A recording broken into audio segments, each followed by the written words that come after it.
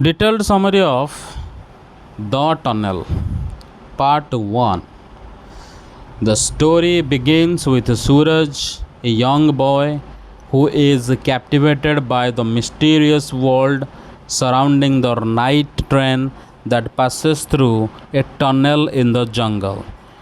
On a hot, sticky day, Suraj makes his way to the watchman's hut near the railway tracks, hoping to witness the train's passage once again. He arrives just in time to see the night mail, which arrives like a dragon roaring through the tunnel, scattering sparks into the dark jungle. As Suraj waits for the train to pass, he is drawn into the quiet surroundings of the jungle. He observes the change in the environment as the hot day transitions into evening. The air becomes cooler and the light breeze, and the scent of mango blossoms fills the air. Suraj watches the wildlife in the area. The flying fox swoop out of the trees, and birds such as the teller bird and seven sisters sing their songs. The setting is peaceful and Suraj feels at ease. While waiting, Suraj meets Sundar Singh, the watchman of the railway station. Sundar Singh is tending to his small garden and offers Suraj tea.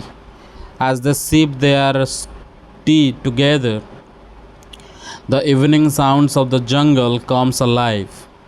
The watchman and the boy listen to the birds, the rustling of leaves and the distant sounds of other creatures. As the light of day fades, Sundar Singh prepares to inspect the tunnel before the night mail arrives. Suraj watches Sundar Singh walk toward the tunnel with his oil lamp. As the boy sits on the cot, sipping his tea, the jungle around him seems to become alive. He hears unfamiliar sounds like the creaking of trees and the calls of various animals, including the bark of a deer and the cry of a fox. The sounds grow in intensity as the night deepens, and Suraj begins to feel a sense of awe and unease. The stillness is briefly interrupted by Sundar Singh, who returns from the tunnel after noticing a strange sound. As he walks back to Suraj, he hears another noise, a rhythmic soughing sound coming from the tunnel. Suraj wonders what it could be, and Sundar Singh identifies it as the sound of a leopard, which is likely hiding in the tunnel. Sundar Singh reassures Suraj that the leopard, though dangerous, is familiar to him. The watchman says that the leopard has a tendency to hunt goats and stray dogs but will not harm humans. However, Sundar Singh is concerned that the leopard might be trapped in the tunnel, where it might be struck by the oncoming train. He decides to go into the tunnel and drive the leopard away to prevent a tragedy. Suraj, though nervous, insists on accompanying Sundar Singh despite the watchman's caution to stay behind. Together, they move toward the tunnel, Suraj following closely behind the watchman who is shouting to scare the animal away. As they enter the tunnel, the light from the oil lamp illuminates the area and they spot the leopard crouching between the tracks, only 5 meters away. The leopard snarls and bares its teeth, its tail twitching in tension. Suraj and Sundar Singh shout loudly to scare it off. The leopard, unsure of how many people are in the tunnel, quickly retreats its quickly retreats into the darkness. To ensure the leopard was truly left, Sundar Singh and Suraj walked the length of the tunnel together. When they returned to the entrance, the train is nearly upon them. Suraj feels the trembling of the rail beneath his hands as the rumble of the train grows louder. The train finally emerges from the bend, charging toward the tunnel, scattering sparks and cutting through the jungle with a deafening roar.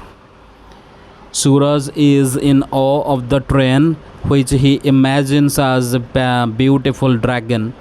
After the train passes, the silence of the forest returns, and the only sound left is the faint tremor of the rails. The part ends with Suraj reflecting on the moment and the contrast between the fleeting, powerful train and the quiet, eternal forest that surrounds it. Part 2. In the second part of the story, Suraj is once again in the jungle with Sundar Singh. This time, however, his father is with him, traveling on the night train to Delhi for business. Suraj's father is busy with his accounts, scribbling in his notebook, while Suraj gazes out the window, looking at the dark forest passing by. Suraj's father is not particularly interested in his son's fascination with the jungle and the train. He complains about Suraj's curiosity, saying that it is a time for him to learn about the real world and his business.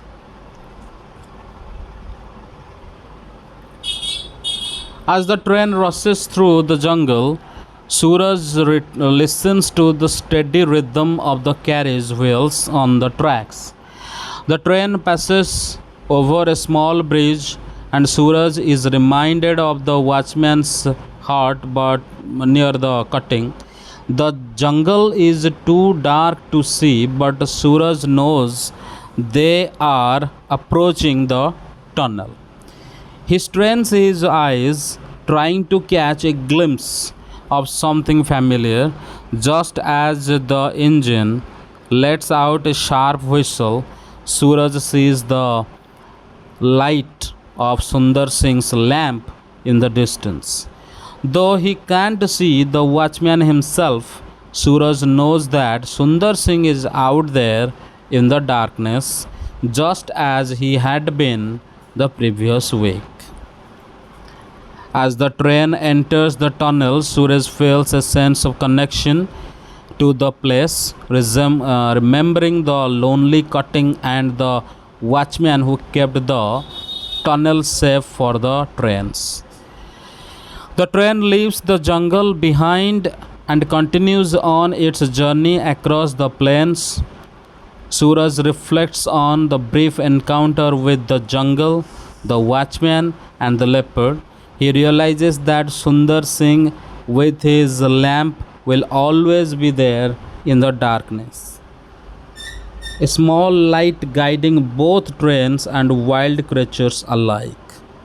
Suraj's thoughts drift as the train speeds away from the forest, and he watches the darkness envelop the jungle once more.